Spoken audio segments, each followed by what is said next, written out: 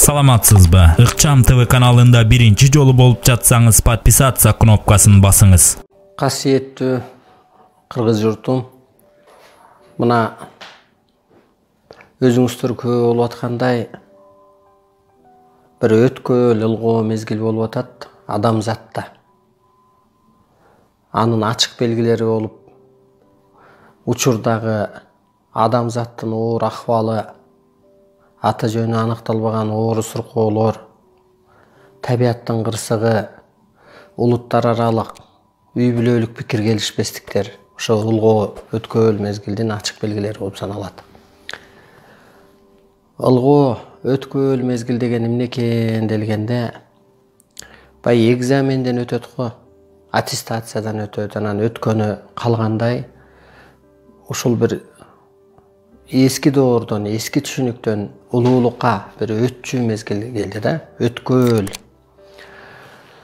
Анан ошо мен кудаймын деп чыкканым рас. Мен ошо Кыргыздын карызында оолап келген кезде былтыр Улуу тоолук, Теңир тоолуктар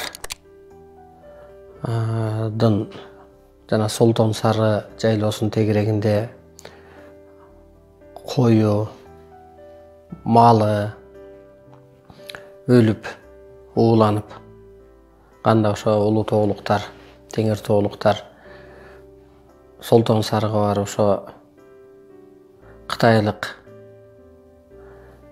ошол өзүмчүл биздин жеренени казган ишкерлерди айдап түшкөн кезде анан ооп калдык. Ошо новостьтен эле берди окшойт, НТСтенби биз ошо көрүп калабыз эмне жаңылык болуп атты экен деп. Анан Кытай посольствосу ошол карызында болуп атат деп, анан ошол кезде мен айтканым чын, Кытайга вирус жөнөтөм, куюн жөнөтөм, булуттун жөнөтөм, карызын кечпесе деп. Бул чындык. Анан ушул жөнүндө кичине түшүндүрүп берип коеюн деп атам. Анан мына азыркы күндө айтылып атпайбы? Сиз Кытайга эле жөнөттүңүз эле, анан эмнеге Италияга кетти, анан эмнеге дүйнөнү каптады, анан Кыргыз жерине келбейт дедиңиз эле, эмнеге келди деп эле. Мындайча айтканда,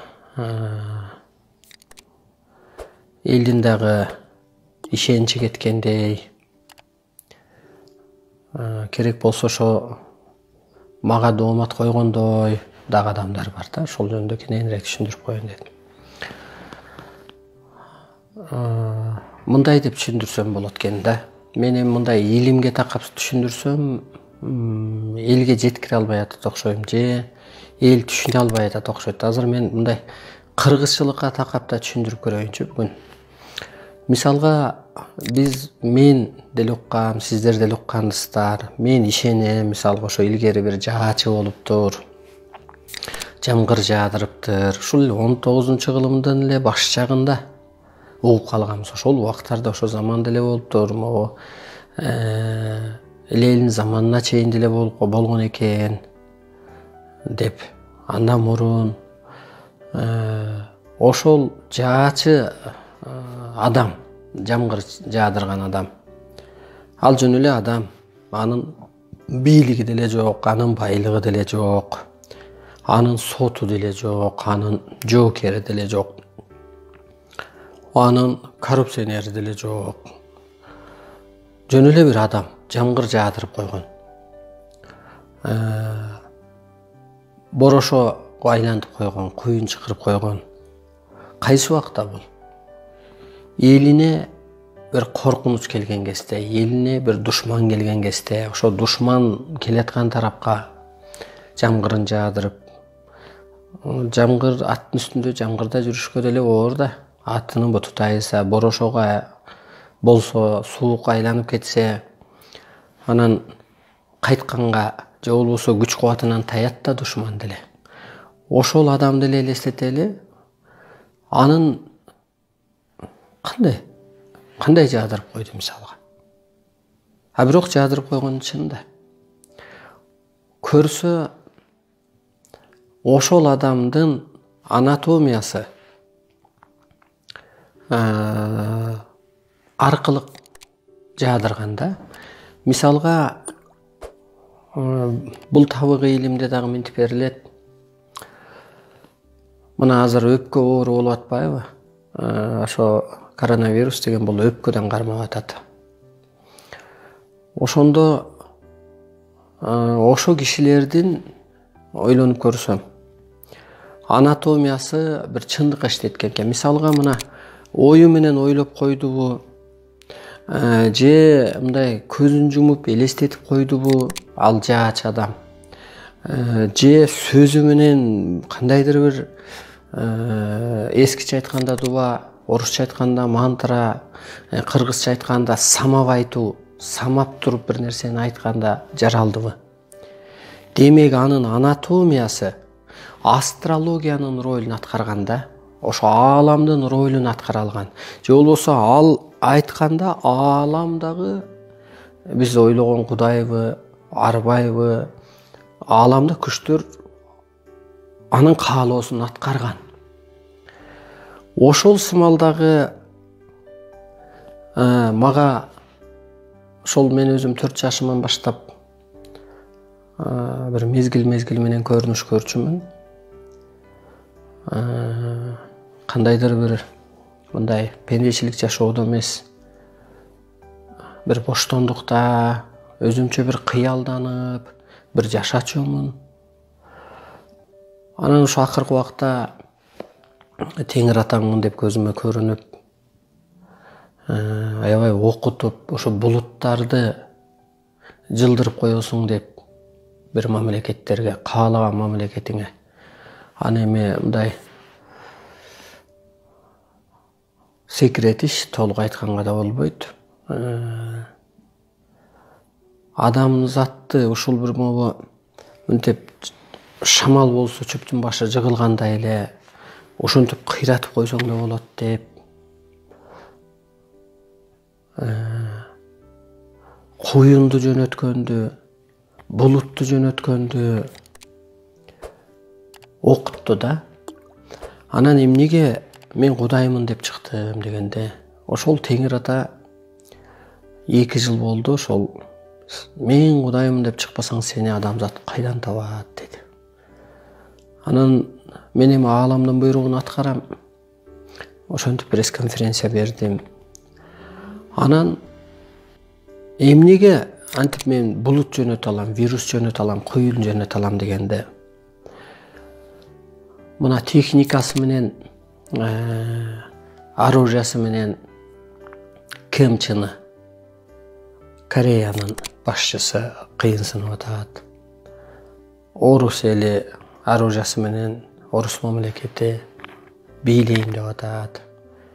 Америка эли ошол долларынын күчү менен, санкциясынын күчү менен дүйнөнү башкарам деди. Батыш бай мамлекеттер, Германия, Франциялар да ошол жана парламент, депутат деген сөздүн баары ошол жактан чыгып атпайбы? Ошол мыйзамдарын киргизип баштады.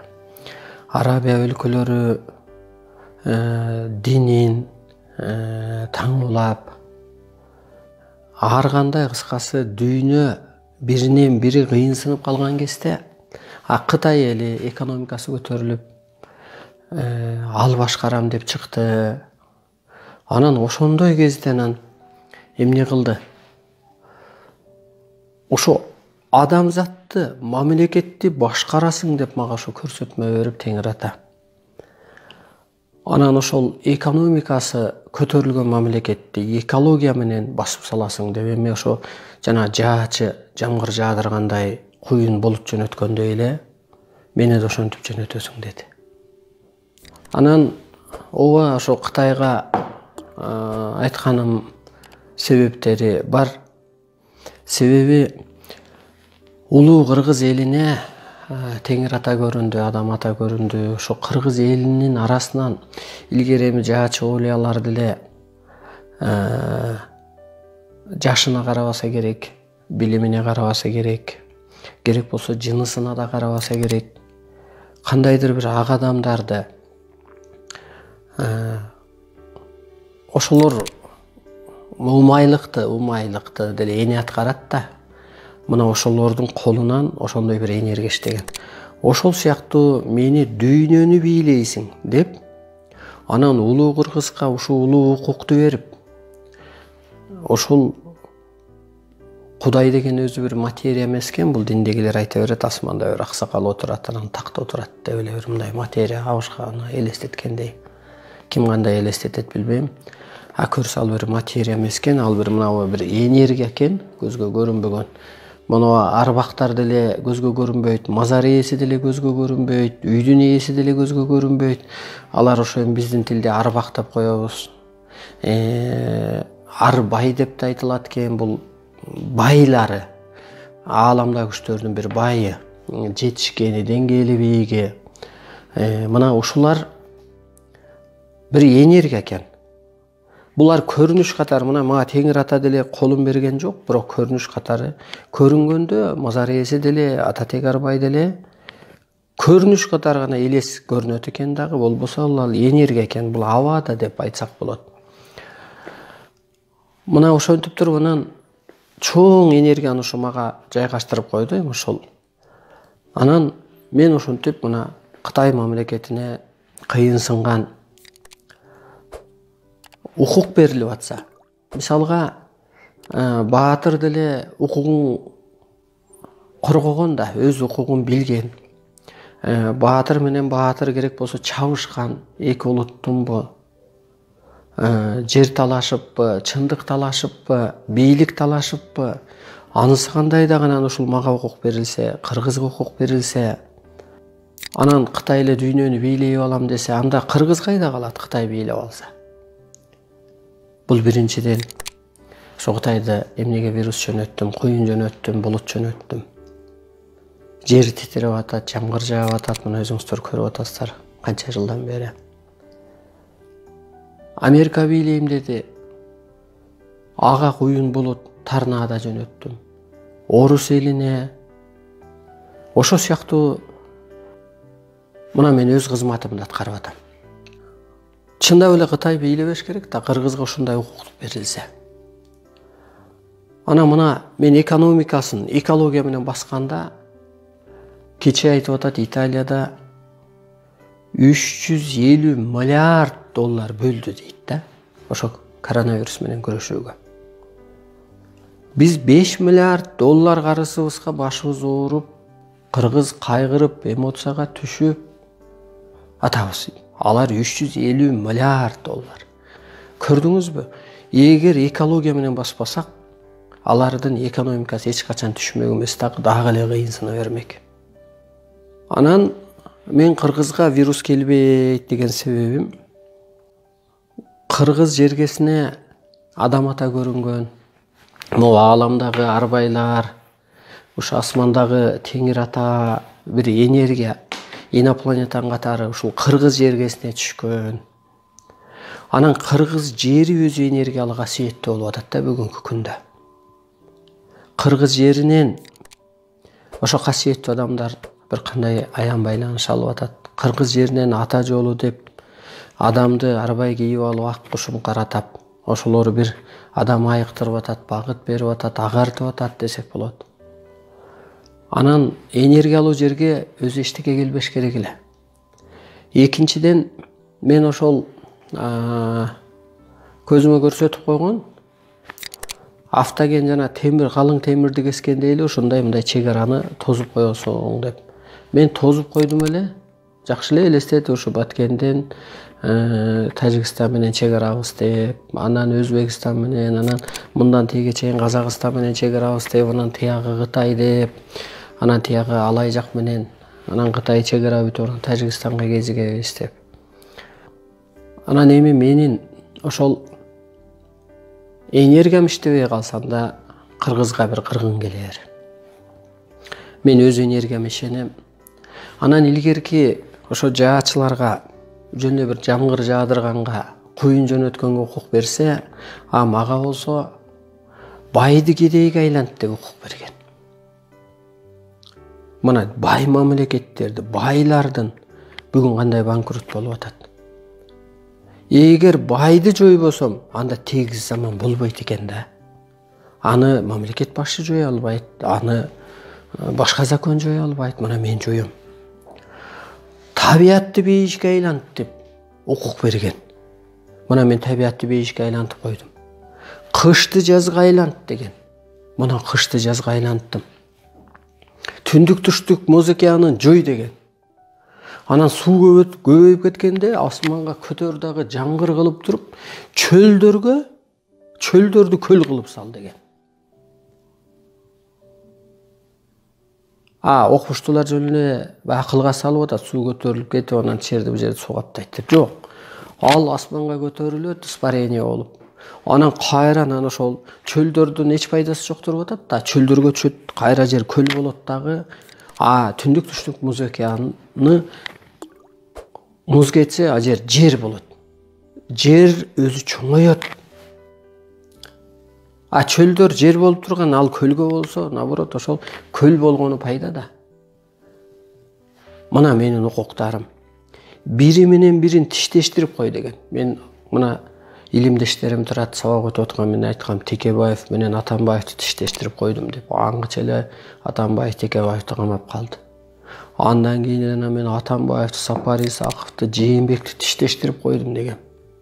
Эгер тынч койсом булар ынтымакташып жашай берет да депчи. Анан бирин камап, бири док кылып, ошентип элатат. Ошентип эми бул жерде айтып отурса сөз көп.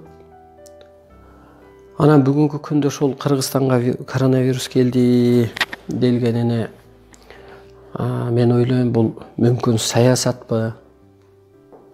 Бир мезгил өтсө билинер. Энергиялуу жер болсо Кыргыз жери биринчиден.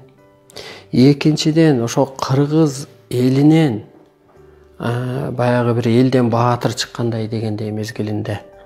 Анан ошол Кудайдын кудуретин кийген адам чыгып атса, ушул жерде туруп дүйнөнү тегеретип койгон Арстан Алай чыгып атса, Арстан Алайга Теңир ата көрүнүп ушунча жаздыртса, мына китеп, бул китеп, кадимки эле китеп жазган. Үчүнчүдөн, Кыргыз жери өзү бейиш жер дейт да. Ошо Кыргыз жеринен куулсаң, демек бейиштен куулганың дейт. Бейиш жер болсо. Төртүнчүдөн, Кыргыз ааламдан келген өкүл болсо. Ааламдан келген өкүл бир кызматка келди да. Аны кырсыктырбайсыз аалам, анда дүйнөнү ким сактайт? Ким ойготот, ким сабак өтөт жаңы доорда, ааламдашуу доорунда. Ошентип Кыргыз улуту ааламдан берилет. Сен ушул жерде тургандыгы үчүн Кыргыз жергеси кырсыкпай, мына жер титирөө жок, шамал жок, дүйнөгө түшкөн кар жок. Мына не болуп атат дүйнөдө? Сакталып турду эле. Анан бул вирус мүмкүн ошол мусулмандарды бир чочутуу үчүн болуп атабы деп ойгулам. Дагы бир чечилет го. Бирок мен чек араны тозуп койгом. Ошо кырсык, кыйынчылык, оору суркоо бул улуу журтка келбесин деп. Ааламдан да берилет. Арстан жаңы Кудай кыргыз тукумун коргоочу, адам тукумун оңдоочу жалгыз булак деп. Анан кийинки убактыда ойлоп атам, бул кыргызга ушу теги түбү кыргыз болсо, демек ошолор корголот окшойт деп ойлойм. Анан ушу мага берилген мээрим төк депчи, ошол мен мындай сыртынан деле ошо эл үчүн иштеп жүргөн адам болсо, мейли ошол өкмөтүндөбү, айыл жергесиндеби же мындай эле эл үчүн бир оокатын кылып жүргөн, элге бир күйүп жүргөн адам болсо, ушу мээрим төгүп коем. Сырттан эле мындай тааныбай этпей эле, кол алмашып, кармашып сүйлөшпөй эле. Анан чындап эле ошолордун иши өсөт. Анан же сотто деген. Мен кимди соттойм дегенде, жана илгери азыр эле бир тергөөчү, анан прокурор, анан адвокат деле бир бала чыкты го. Илгери ортого алып эле Кыргыздын соту эмне болгон десе, уят кароо менен эле бата берген болгон деп атпайбы? Ошо сыяктуу эле бул жерде туруп эле мен соттоп коем. Ошондо мен башкарамды аалам аткарат. Жаачылардыкы деле ошол болуп атат да, ою, көкүрөгү, ниети иштегенде эле ал ойлонуп коет, аалам аткарат, анан жамгыр жаадырат, же болбосо борошо арбайлар келет, ышкырба, шамалды чыкырба дегендей. Шамал эле өзү арбай, дух, ааламда күчтөр. Ошентип, урматтуу журтум, мына менин анатомиям ушундай иштейт. Анан эми бул жерде мындай деп айтсак болот. Анатомия астрологиянын ролун аткарыш керек деп атат да азыр. Эгер аткарылбаса, анда адам анатомиясы күйөт, жарылат, жоюлат делет. А кантип аткарат дегенде мына көрдүңүз, менин анатомиям ааламдын ролун аткарып атпайбы? Түндүк Муз океанын дүйнө билбей атат да, окумуштуулар билбей атат. Кыштын күнү 20 градус жылуу болуп кетсе, муздун асты жер титиреп атыптыр дешип атат эле, таң калып атат. Бул жерде аалам аткарат менин оюмду. Эмнеге дегенде менин анатомиям ар бир боорум, өтүм, өпкөм, жүрөгүм, ич агардым, башым бүт чындыкка иштейт. Бул жерде мынтип берилет. Анатомия астрологиянын ролун аткарбаса, адамдын телосы күйөт, жарылат, жоюлат. Ошо вирус болушу мүмкүн. Мына медицина аяктыра албаган, рак болушу мүмкүн, шишик, писих болушу мүмкүн дейт. Ошо анатомия оорубаш үчүн ал чоң кызматты аткара калыш керек дейт. Мисалга бир эки мисал келтирейин. Мисалга биз бала кезде окчубуз. Атаң озурайын таш боор десе деп калчу кээ бир адамды. Атаң озурайын бооруң ооруду да кайра ошого деп калчу. Атаң озурайын боору тартып атпайбы деп калчу.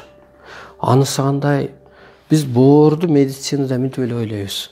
Ошо канды тазалап берчү фильтр деп эле ойлоп коебуз. Көрсө бул илимде мынтип берилет, анатомия. Бооруң дейт, мо эки дүйнөгө мээрим төгүп, боёп, жасап турбасаң ууланат, иштебей калат. Жанагы боор оору азыр аябай көп болуп атпайбы? Гепатит эмне канча түрү бар мисалга. Боорун алмаштырып атабыз. Анан дабыр балекет деп эле тарт. Көрдүңүзбү?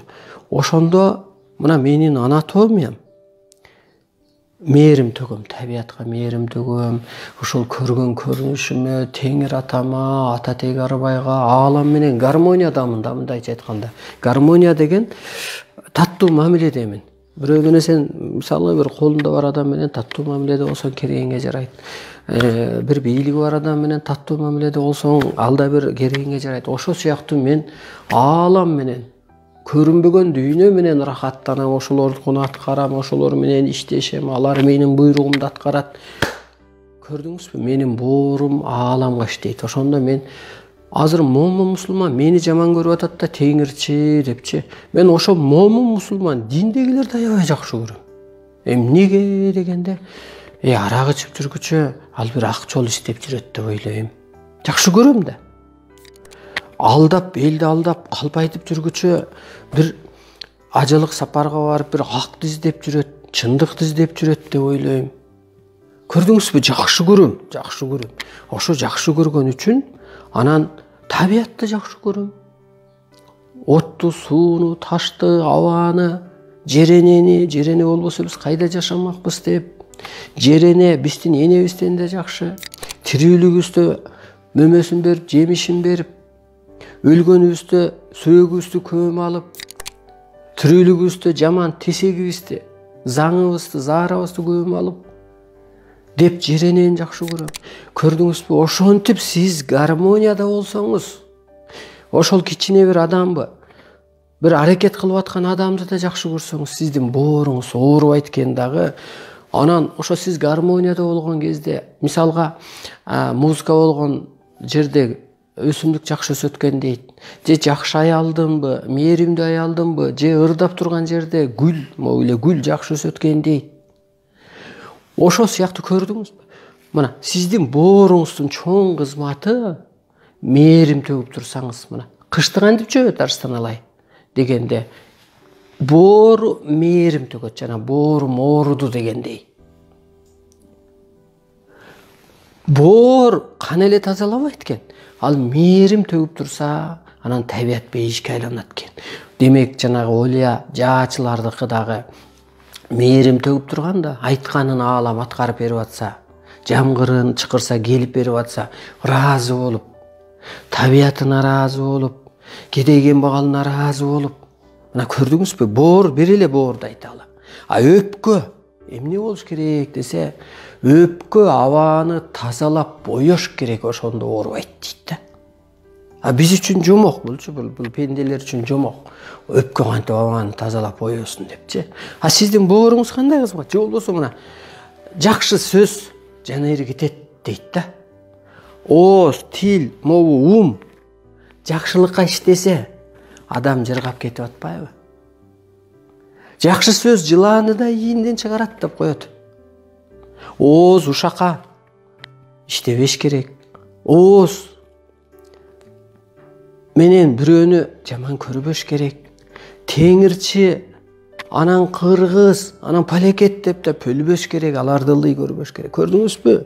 Ооздун жана сөз тиет, көз тиет деп атпайбы? Көз мындай эле жерди да көрүп атат, а бирок тийгени чын да.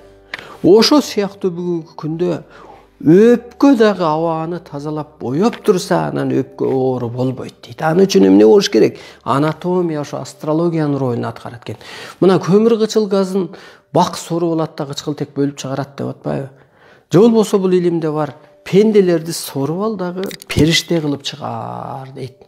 Ошондуктан мына урматтуу улуу журтум, ошо кыргызчылыкка карап эле түшүнсөңүз, мына эч кимди жаман көрбөйт экенсиң. Сен ошо мээримдүү болсоң, баарын бир ошо улуулукка үндөсөң, оозуң ошого иштесе, оозуңда сүйлөшчү мээң ошого иштесе, могу жашооң ошого иштесе, анан аалам сени угат да. Аалам сени менен гармонияда болот да. Аалам сени издейт. Анан эң биринчи боштондук керек адамга. Боштондук. Мындай бош алып жүрүш керек. А динде кысылып калып атпайбы? Кыжаалат болуп калат, убакытты чектейт. Анан бөлөт. Бул мусулман дининин же ислам дининин бул бөлүгүндө, бул палан билигинде, ой, ал деле кур Кудайды издеп жүрөт, ал деле бир чындыкты издеп жүрөт. Ошол жерге барганда бир керемет иштейт, ошол жерге барганда бир иши жүрүштү. А сиз тегиз карабайсызбы, ичине кирип түшүнбөйсүзбү? Мен алкашты да жакшы көрөм. Себеби ошо ичип алып рахаттанып атпайбы? Бопороз чеккенди да жакшы көрөм. Себеби ошо чегип алып рахат кылып атат. Аны да түшүнүш керек. Эми ошондон эмне кылып чыгарып кетиш керек? Улуулугун таанытсаң, ал бопорозду унутуп калат. Мына урматтуу улуу журтум, ошентип адамзат бирөө оружиясына таянганда, бирөө байлыгына, бирөө бийлигине, күчтүү мамлекеттер. Ошентип башаламан болуп баштаган кезде, анан чоң аалам деген энергияны Арстан Алайга берип, ал бир жан деп элестетсек болот. Жана жингийди деп деле мусулманда түшүнүк бар экен го, шайтан кийип алган деп деле. Эми шайтан эле кийип албайт экен да, периште деле кийип алат экен. Бир өтүп кеткен манасчынын жаны кийсе деле, саякпай атам деле ичинен бир нерсени токуп чыккан жок да, жана миллион сап ырды эстеп калган жок. Ал ошо жан кийгенде анан баягы трансовый состоянияга түшүп, болжол мынтип айтканда, анан көз алдына көрүнүппү же ошону эле бир сүрөттөп бердиби? Ошол сыяктуу эле мага Теңирдин жаны кейди да. Ошондо Теңир ата мурун энергия болуп караан болуп асманда жүрсө дейт, азыр жаран болуп Арстан Алайды кейди дейт. Анан мен ошо ааламдан көп эскерткен, элди аралай көрбө, эл күйбөсүн, сени көрүп алып адам экен деп, же эски бир тарыхыңды эстеп алып ошолор. Анан эми Теңир ата кийсе, могу ааламдагы күчтөр мунун укугун коргойт экен да. Же болбосо ошо ааламдын ишин аткарып аткан адамды деле аалам колдойт экен да. Мисалга мен фирмамдагы бир юристти, бухгалтерди бир жака жөнөтсөм, жол акысын төлөйм, мен жибердим эле деп колдоп турам да. Анысы кандай ошо аалам колдоп турган үчүн Арстан Алайды мазактагандар өздөрү маскара болот деп берилет. Ошо маскара болуп кетип атат. Элге, бийликке да сот жүрүп кетет дейт. Бийлик ошо Арстан Алайга жабышса дейт. Ошондуктан урматтуу улуу журтум, Кудай өзү жерге түшүп келбейт экен, ушуну эсиңерден чыгарбагыла. Периште өзү жерге түшүп келбейт экен. Пайгамбарды деле бир жан кийген үчүн бир турмуш өзгөрүп, мурун соодагер болсо, анан бир аянга бара алып ушинтип калды да. Ошол сыяктуу эле азыр дагы сиздердин анатомияңыздар астрологиянын ролун аткарып, анан ошол кезде психологияңарда ошол улуулукка иштебесе, ошо иньянда эски турмуш, байлык деп, бийлик деп, могу пендечиликтен чыга албай жүрө берсеңер, анатомияңар жанагы бөйрөгүңөр, эми боор менен эле өпкөнү, көздү, оозду айтып өттүм мен бул жолу. Калган организм дагы ошол күйүп баштайт. Ар бир организмдин ошо ааламдан берилген укугу, буйругу бар. Анан могу мусулмандарга айткым келет. Эми сиздер ак жолдо жүрөсүздөр, изденип жүрөсүздөр.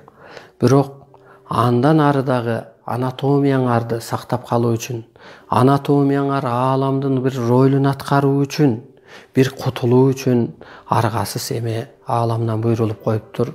Миң чанасыңбы, миң чычалайсыңбы, Арстаналайга келип ошол жаныңды алып кет дейт да. Кадимкидей эле ошо эски жаның кетип, жаңы жан жайгашат. Мына мага ушундай укуктар берилген, бул жерде эми укугум өтө көп. Ошо карапайымды жаратуучуга айлантып кой деп берилет. Байды кедейге айлантып кой деп берилет. Ал жаачыга жанагындай эле бир жамгыр жаадырганга укук берилсе. Анан эми чыныгы кыргыз болсоңуз, сиздин ордуңуз бар. Ошо кыргыздын улуулугун тааныгыча адамзатты Арстаналай жайлай берет, жазалай берет. Кайра адам Арстаналай жерде эле отурат. А бирок жанагы боору, көкүрөгү, ичинде бир жан дүйнөсү башкага иштегендиктен аалам аткарып берет. Мен куюн болуп чуркап барбайм да, мен булут болуп чуркап барбайм. Мына жаачыны деле эмне болуптур? Ал кааладыбы, ал ойлодубу, же көз алдынан элестеттиби, ошол сыяктуу эле анан аалам аткарып берген. Азыр дагы адамзатты башкаруу үчүн, ал кезде жөн бир өз элин коргоп калуу үчүн болсо, мүмкүн бир жазда элине бир эгин жакшы чыгыш үчүн эле бир жамгыр жаадырган болсо, азыр мен адамзатты бириктирип калуу үчүн, эски пендечилигинен, эски техникасы, медицинасы, эчтекеси жардам бере албастыгын, анын баары жөн эле бир жасалма, жалган экенин, улуулук гана бар экенин, адамзатты бириктирүү үчүн мен бул кызматымды аткарып кете берем. Ошондуктан Арстаналай адамзаттын куту деп берилет. Арстаналай мо көктүн жүзү, шамандын күчү дейт. Сиздер мага найразы болбоңуздар. Сиздер разы болуңуздар.